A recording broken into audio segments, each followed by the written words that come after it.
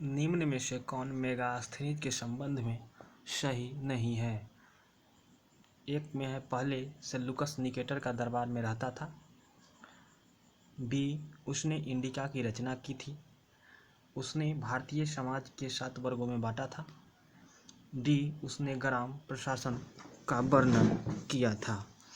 तो इसमें दोस्तों इसमें हो जाएगा डी नंबर आंसर हो जाएगा इसका। देखिएगा आप, डी नंबर आंसर जो है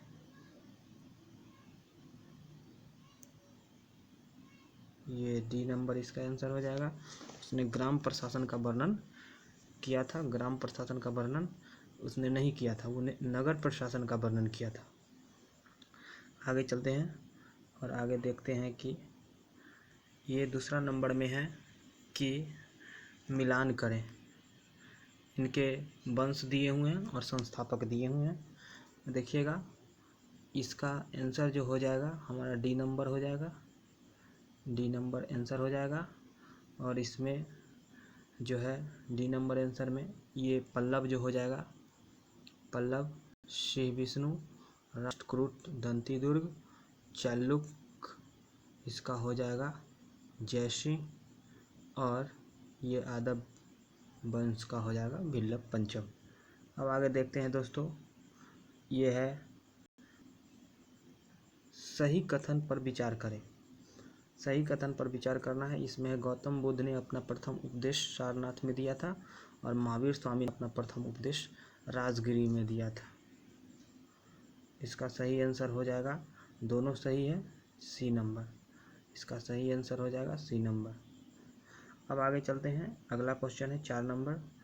4 नंबर क्वेश्चन की बात करें तो इसमें है कि बौद्ध धर्म के संघ संबंधी नियम और आचरण किस पुस्तक में संग्रहित है? तो इसका आंसर हो जाएगा हमारा ये ए नंबर। इसका आंसर हमारा हो जाएगा ए नंबर। ये विनय पिटक में, सूत पिटक, अभिधम पिटक है और तीन पिटक है। एक है बुद्ध चरित्र जिसमें अश्वघोष द्वारा लिखित है।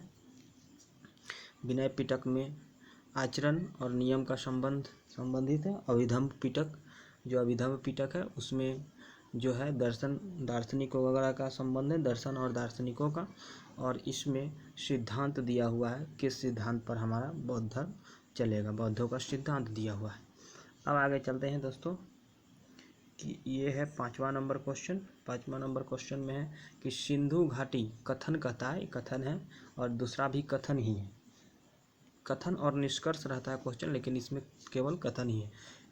सिंधु घाटी सभ्यता की जानकारी में साप्ताहिक स्रोत में महत्वपूर्ण भूमिका है। सिंधु घाटी सभ्यता की जानकारी में साहित्यिक स्रोत, ये जो साहित्यिक स्रोत के से हमको सिंधु घाटी सभ्यता की जानकारी मिलती है, यह कथन गलत है। यह कथन गलत। इसमें जो है ये पुरातात्विक स्रोत, इसका स्रोत जो है पुरातात्विक है, न कि सिंधु घाटी सभ्यता से हमको मिलती है साहित्यिक स्रोत से सिंधु घाटी सभ्यता की जानकारी। अब आगे आते हैं दोस्तों, यह सिंधु घाटी सभ्यता की लिपि चित्रात्मक थी। हाँ, भाव चित्रात्मक, यह तो सही है। और इसमें एक ये गलत है और ये दूसरा नंबर कथन सही है। तो यह इसका आंसर हो जाएगा बी। अब आते हैं कि अगला क्वेश्चन पर हम आते हैं कि आगे है दिया हुआ 6 नंबर क्वेश्चन होगा। देखिएगा ये 6 नंबर क्वेश्चन है, शुद्ध अरबी सिक्के किसके शासन में जारी किए गए थे? तो इसका आंसर हो जाएगा चांदी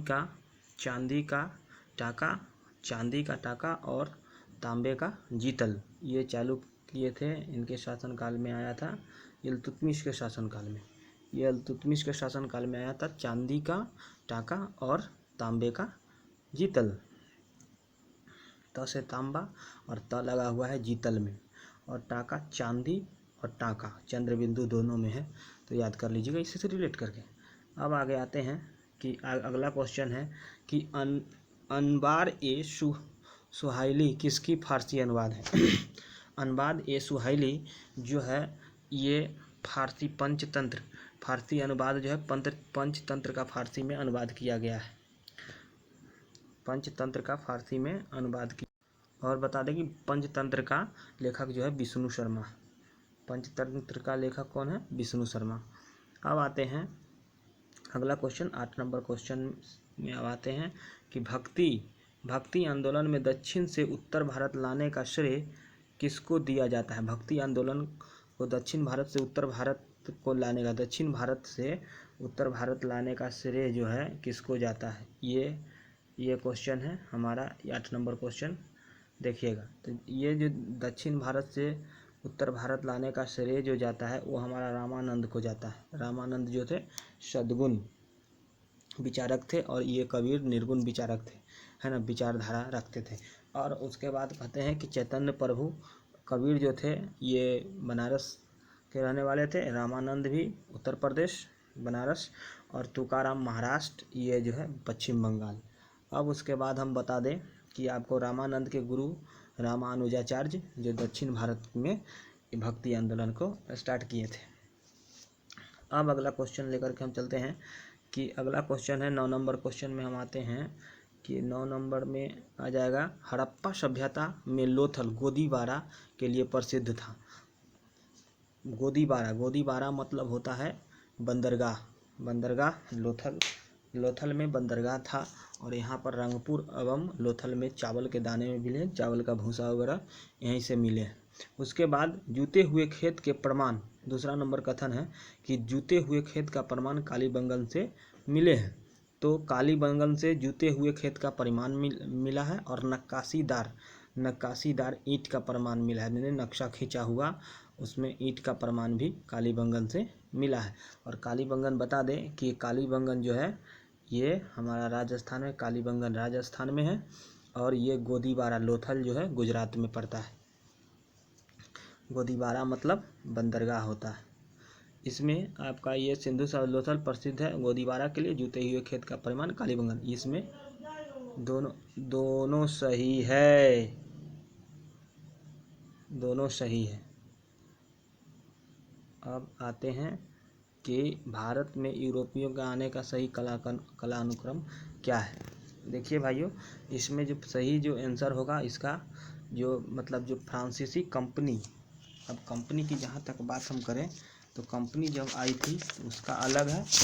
और उसके बाद देखिएगा कि पुर्तगाली जो कंपनी आई थी, ये पहले कंपनी का जो गठन है, ये जो आंसर है कंपनी का गठन, ये आंसर जो होगा इसका, सॉरी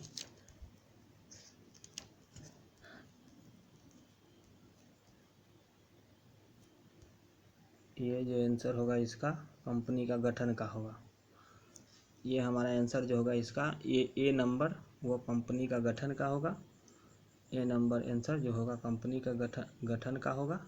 और ये आने का क्रम, बी नंबर जो होगा आने का क्रम, सबसे पहले पुर्तगाली आए और सबसे पहले पुर्तगाली आए तो पुर्तगाली ही सबसे पहले जो है हमारा ये कंपनी स्थापित किए थे, जिस कंपनी को हम कोठी कहा जाता है। कोठी जो है सबसे प्रथम स्थापित किए थे पुर्तगाली ही, और पुर्तगाली ही सबसे पहले आए थे। और डच दूसरा नंबर में जो है डच जो है कंपनी स्थापित किए थे, है ना, जो मछलीपट्टनम में 1605 ईस्वी में।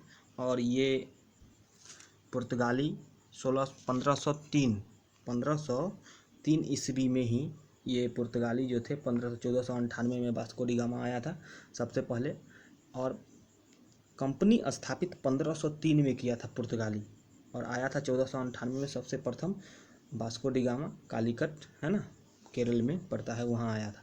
लेकिन अब आगे हम बात करें कि डच जो आया था वो डच आया था सबसे पहले, वो सबसे पहले डच जो है कंपनी स्थापित किया था दूसरा नंबर में पुर्तगाली, उसके बाद डच, उसके बाद अंग्रेज, उसके बाद डेनिश, उसके बाद फ्रांसीस। मतलब पुर्तगाली कंपनी स्थापित किया, उसके बाद डच, उसके बाद अंग्रेज, उसके बाद डेनिश, उसके बाद फ्रांसीस। तो ये तो इसका आंसर हो गया। लेकिन बी नंबर भी कभी कभी आप ध्यान में रखिएगा, वो उलट करके दे देगा। हेलो मोटो,